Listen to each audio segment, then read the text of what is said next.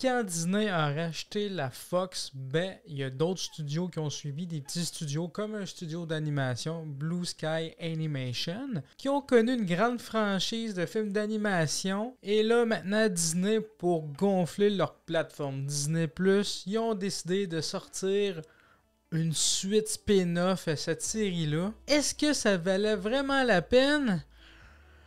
C'est ce qu'on va voir. C'est l'occasion rêvée de faire nos preuves. Leur manque d'intelligence est... Notre destin nous attend. Oh, le destin, ça fait mal. par leur maladresse et leur incompétence.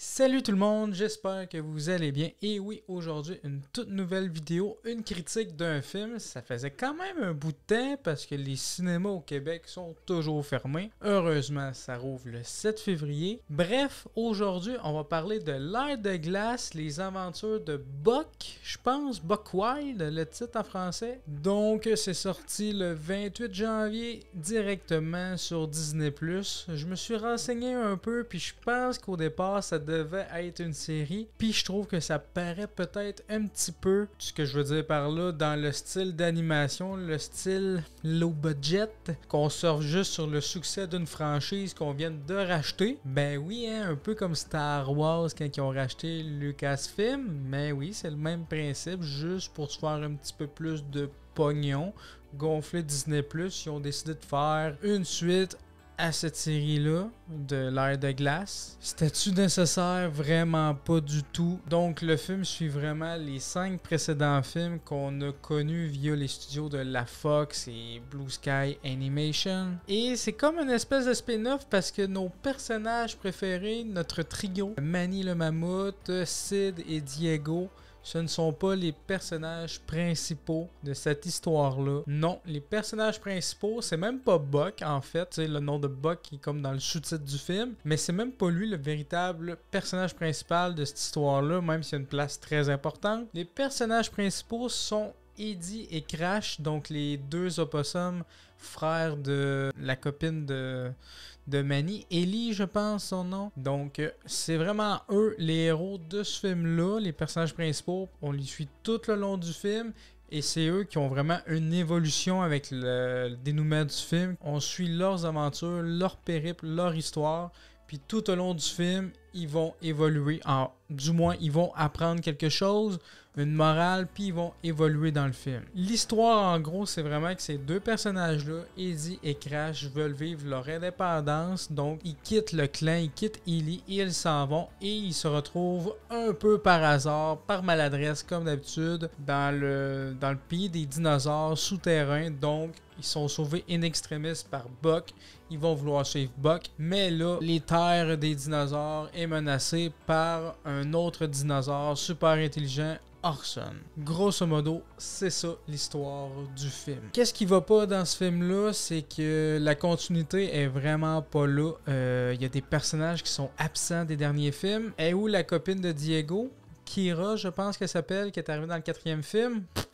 On n'entend pas parler. Et où la copine de Sid qu'il a rencontrée dans le dernier film, Les Lois de l'Univers, je pense, Brooke qu'elle s'appelait? On n'entend pas parler non plus. Même pire, et où la fille d'Ellie puis de Manny? On sait qu'elle est partie en voyage et tout ça, là. Mais on n'entend même pas parler une fois, surtout que la narratrice de ce film-là, c'est la copine de Manny, Ellie, puis elle fait des dessins comme de la préhistoire puis tout, elle raconte un peu l'histoire du premier film, du deuxième film, du troisième film, mais elle mentionne jamais le nom de sa fille Pêche. C'est vraiment très, très, très bizarre, sachant que c'est quand même sa fille. Je comprends bien que dans les précédents films, sa fille, elle voulait vivre sa vie, son indépendance, qu'elle avait un copain puis qu'elle est partie faire un voyage. Mais quand même, je trouve ça quand même un peu bizarre qu'elle n'en parle pas du tout, puis que c'est même pas dans ses dessins pour raconter son histoire et celle de ses deux frères.